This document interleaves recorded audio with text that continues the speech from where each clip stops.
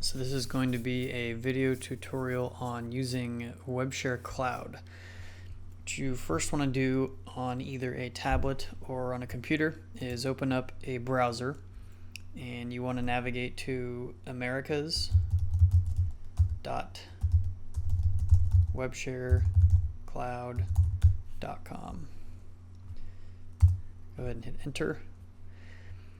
When that comes up, you should be looking at a screen here where you have featured projects in front of you, and below us we have a map with the locations of these projects. You'll also notice that up in the upper left hand corner you have a place where you can go find your different projects. So if you have a project that your account manager gave you with a specific name, in this case Deer Creek would be the name of this project, then you can go ahead and type that in up here and it will locate that for you. Alternatively, you could find it down here. Before we get into that, I'll also mention that in order for the measurements or annotations on any specific project to remain persistent and actually stay in the cloud and visible to others, you may need to log in. And you may also need to log in order to view a specific project. So if the project was put up here on WebShare Cloud and only your email address was given access to it, you may need to create an account first and contact your FARO account manager or whoever set you up with the site here and have them give you access to this project. So for now, we'll go ahead and I'll just quickly go through my own login process here. And I'll hit login. And now you'll notice that that's turned orange. For myself, I'm an administrator here, so you will see those. Most will just see your name and the ability to log out up here. So just want to quickly take you through. You can scroll to the right here and take a look at the different sample projects. If you decide you want to open one, you can go ahead and click the load button. We're going to scroll down also and just take a look at the map here.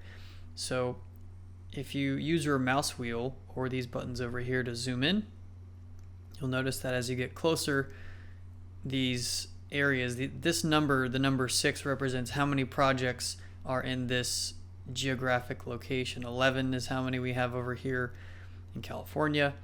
And the closer you zoom in, the more you can actually see any of these projects. So as you click on a specific project, you'll notice that a preview shows up with the lat long location. You can click on more information. There was 10 scans sometime back in 2012 that were recorded here, and I can also open that project. So as it turns out, this one here in California is the one that we are interested in, the one here in Bakersfield. I'll click once on that. It's called Substation As-Built Survey. So if for anybody that may have wandered to a different part of the map, you can zoom over here. Alternatively, you can go to the top here and type in substation, and you'll probably see this project pop up.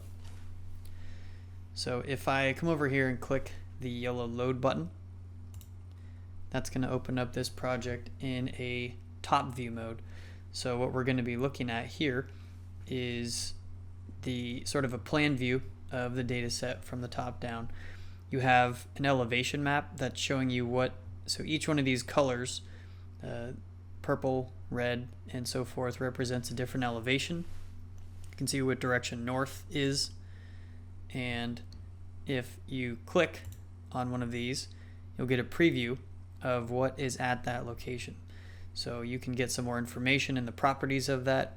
You can click once over here and do a panorama view, and we'll hold off on that for just a second, or you can click back out of that and we'll zoom in one more time and see that we've got a couple more scans here that were sort of hidden from us. And I did just want to show some of the quick area measurement tools that we have here. So from this top-down planar view, this is actually a scaled image. So we can take point-to-point measurements, or we can take area measurements. In the right-hand side over here in our overview map, you see you have the ability to measure area. So let's do a one click on that. And the workflow here is keep your eyes over on this right side. It'll just basically go from top to bottom. So we will start with selecting our points. So it says select at least 2 points to create measurements. In this case, we need 3 or 4 to do an area. So I'm going to try to get the area of this pad here. And I'm going to click points all around the edges. And when I'm done with those points, you can see the XYZ coordinates of the points that I'm picking and how those showed up. I can give this a name, and I can give it a category. So I can call this, let's say if you were going to go around and measure all of the areas here, this is a specific type of measurement that I'm taking. I can tag this with anything as well. So categories and tags, lots of ways to organize this information, which is going to become really useful later if you wanted to do that.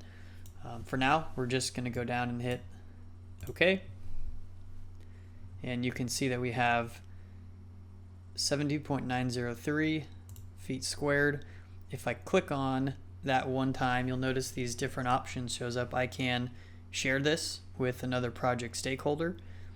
I can look at the properties of this. I can also open up the distance labels, and this is going to show both the circumference, that is, which would be the sum, but also the different lengths and chords of those measurements that I took.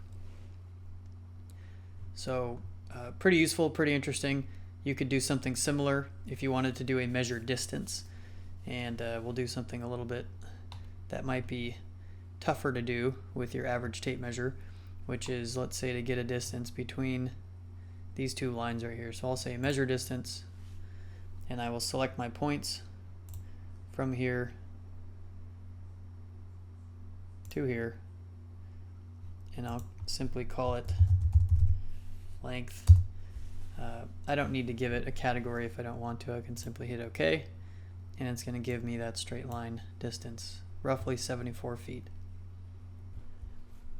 So the next thing we're going to do here, once we're ready to jump down into an actual scan location, is you can click your mouse just one time to get a preview of any of these scan locations. And if you want to open up the panoramic view, go ahead and hit show in panorama view.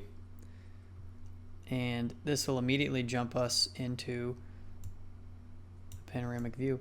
So this is that same pad that we just took a measurement of.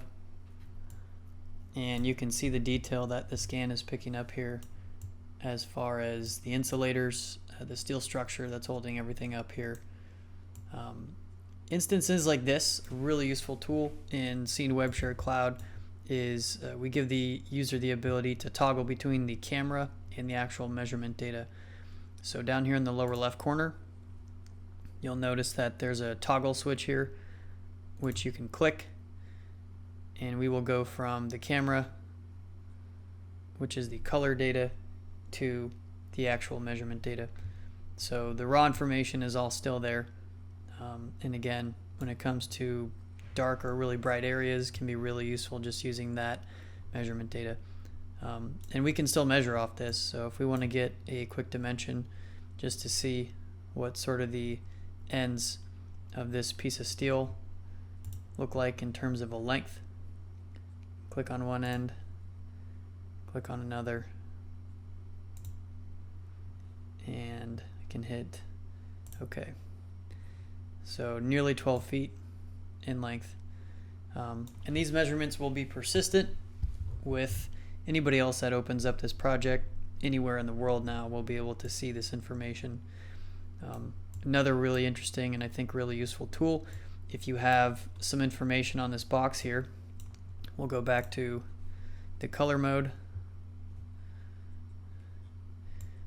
is you can tag and annotate. So if I hit annotate here and I tag this box,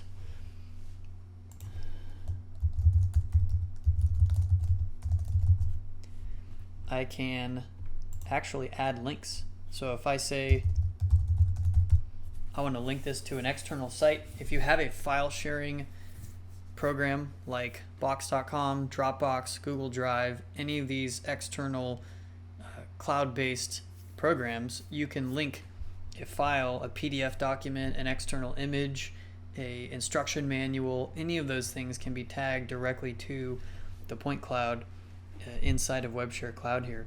So I'll go ahead and hit and I'll say no links have been assigned.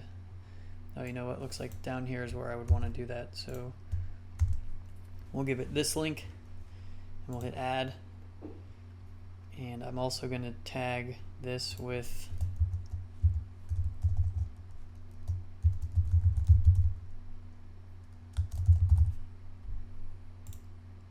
so we've got a new tag on this, and I will finally hit OK. So once I do that, electrical box will show up, and notice that if I toggle on the right hand side here, I can toggle back and forth between my overview map and my quick view. That same tag that I just placed previously is still visible. Notice that this blue triangle is actually showing you what direction I'm looking in the quick view or the panoramic view. I can now open this up, and any links that you placed in here you will now see. So we're doing something very generic here and having it lead us back to the FARO homepage. But again, this could be a link to a PDF document, an image, an instruction manual, anything that can be used later on in the managing the actual asset. So we will go back to panorama view here.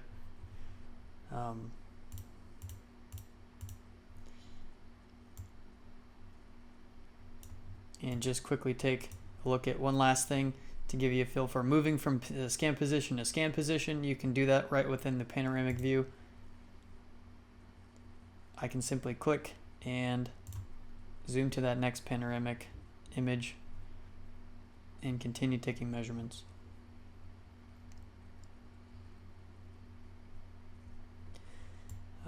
Another thing, or the last thing, probably something we should have touched on just a little bit earlier, I just realizing this now, my settings were set up for feet, so my default units are in feet.